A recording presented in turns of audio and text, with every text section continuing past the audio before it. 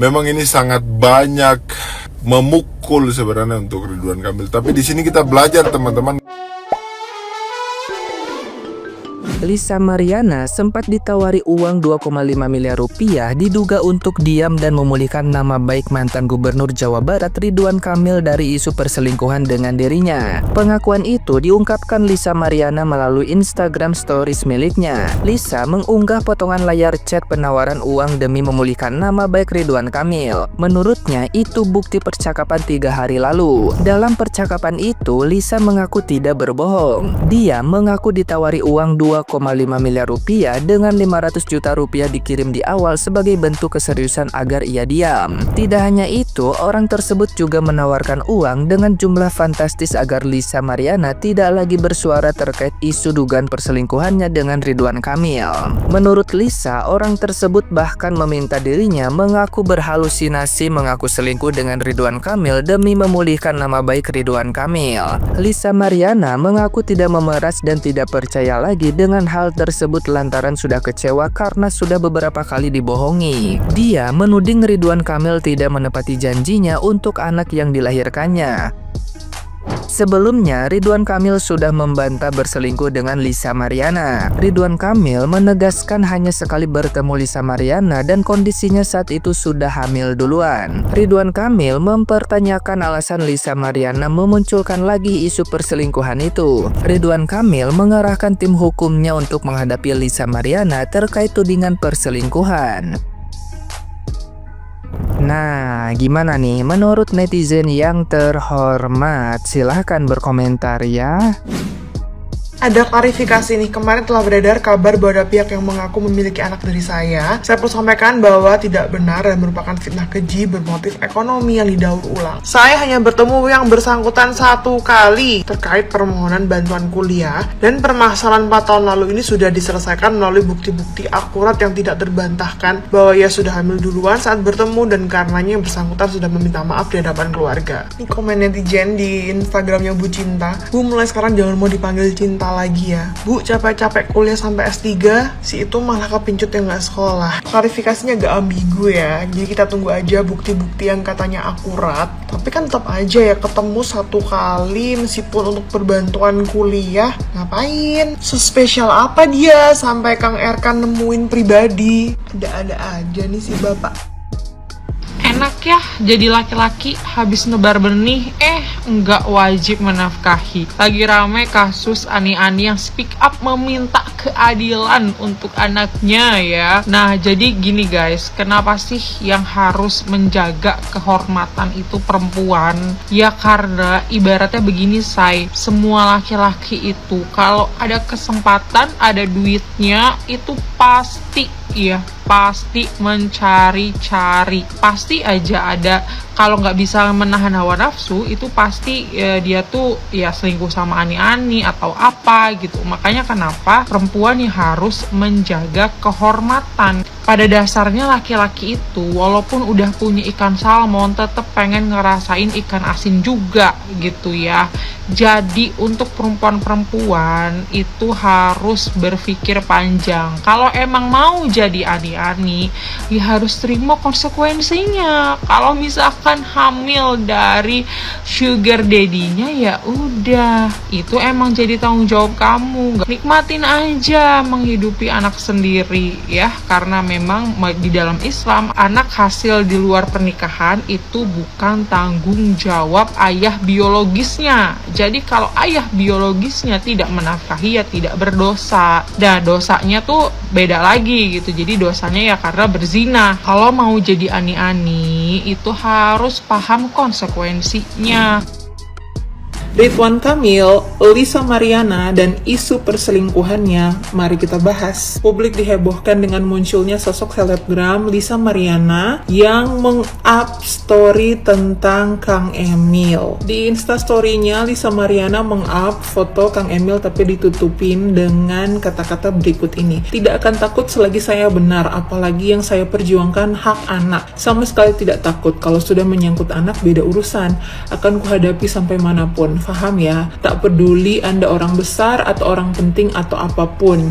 Juga tambahan, ini dia menceritakan bahwa hari itu dia dipaksa untuk tanda tangan sama ajudannya. Jadi ada orang yang datang dan memaksa untuk melakukan tanda tangan, dan karena mereka takut, akhirnya tanda tangan lah. Ini bisa kalian baca juga, dia bilangnya nggak mau viral, maunya hak anakku. Dari kemarin kalau mau juga aku tanggapin wartawan yang DM. Hampir 4 tahun loh aku nahan ini semua. Gak sembarangan up karena dia masih menafkahi kala itu. Kasih uang bulanan dalam tanda kurung. Nah sekarang hilang karena kasus ajudan aja yang respon WA itu pun slow res banget. Di sini dia up chatan tahun 2021 minta direspon. Terus di sini dia ngomongnya nggak bisa berkata-kata deh, the best akang lagi hamil aja disuruh di-push suruh gugurin lah, apalah sehat-sehat pak. Sebelum tahu aku hamil, yang chat setiap hari dia ngejar-ngejar, pas udah tahu slow respon di DM, baku di tele mah mesra muak. Ini chat kalau nggak salah aku lagi sakit kontraksi atau apa gitu. Terus di bawah situ ada chat dari diduga Kang Emil ya, kalian bisa baca sendiri. Nah menurut kalian warganet gimana nih? Apakah kalian percaya sama Lisa atau kalian percaya bahwa ini hanyalah settingan, ini hanyalah gimmick, atau ini hanyalah isu, gosip, atau apapun itu? Komen di bawah.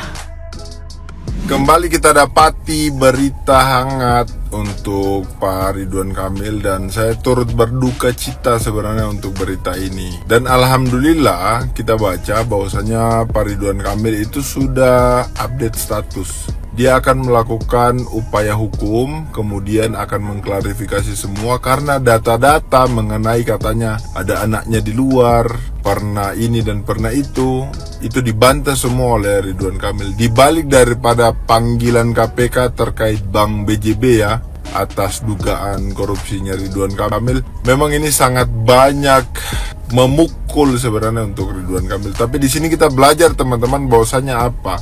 Kalau memang kita dapati hal-hal seperti itu, kalian bisa ajukan laporan. Kalau kalian merasa bahwasannya berita yang dituduhkan kepada kalian itu tidak benar, contohnya seperti Pak Ridwan Kamil. Akhirnya Pak Ridwan Kamil katanya apa? Dia pakai lawyer untuk proses hukum berita yang ada di situ.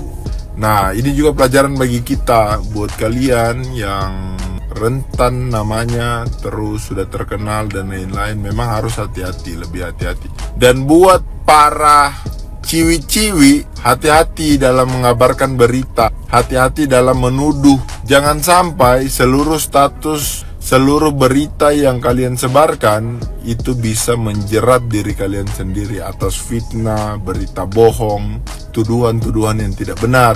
Kalian juga bisa terjerat undang-undang ITE. Jadi nanti kita lihat bagaimana kelanjutannya ketika Ridwan Kamil mengambil langkah hukum atas berita-berita yang heboh di media sosial.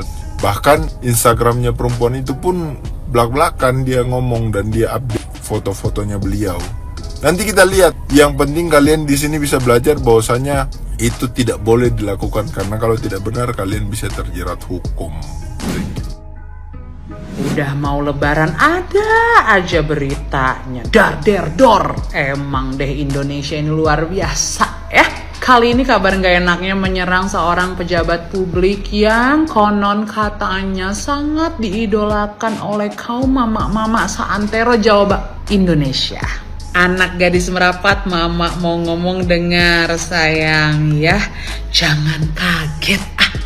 Kalian ngapain kecewa yang berlebihan kayak begitu? Itu udah biasa sayang.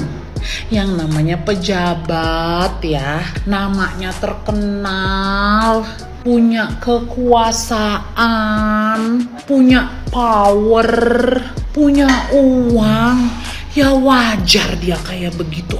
Gak usah pura-pura bego deh. Jangankan pejabat, ini sering kita temui di dunia kita yang ya remeh-temeh ini ya. Tapi ingat, Magabe bilang kebanyakan, bukan berarti semua. Itulah kenapa kita harus ingat ketika kita melihat seseorang yang besar di layar, ya, yang kita nggak kenal betul kehidupan pribadinya seperti apa, kita nggak kenal langsung orangnya, jangan punya ekspektasi berlebihan. Biasa-biasa aja, karena dia juga manusia, sama kayak kita, punya aib. Supaya apa? Supaya kita tidak terlalu kecewa atau menjadi buta. Contohnya kasus begini, kita bilang, aduh bapak kenapa sih disayangkan banget, kok cem-cemannya yang begituan. Ya cuma kasus ini tuh sebetulnya masih belum terlalu jelas titik terangnya gitu, karena si bapak mengklarifikasi bahwa hanya 1 kali bertemu. Kira-kira bertemunya ngapain ya? Ya, tapi itu urusan mereka dan Tuhan lah ya. Ya, pesan Magabe kepada para suami ya. Ingat, ketika kamu mau mengkhianati istrimu, ketika kamu mau bermain kotor di belakang istrimu, ingat, siap-siap ya. Karena hidupmu cepat atau lambat akan hancur. Makanya mumpung ya istrimu belum tahu dan belum mengucapkan kalimat sumpah serapah, mendingan minta maaf, tobat. Pakai umurmu yang tersisa untuk kembali mendapatkan kepercayaannya. Kau abdikan hidupmu menebus kesalahanmu. Nah, untuk pelakor-pelakor ya inget pesan Mak Gab, lakukan apa yang dilakukan oleh si Mbak Wow itu loh. Ya, itu bagus tuh dia tuh.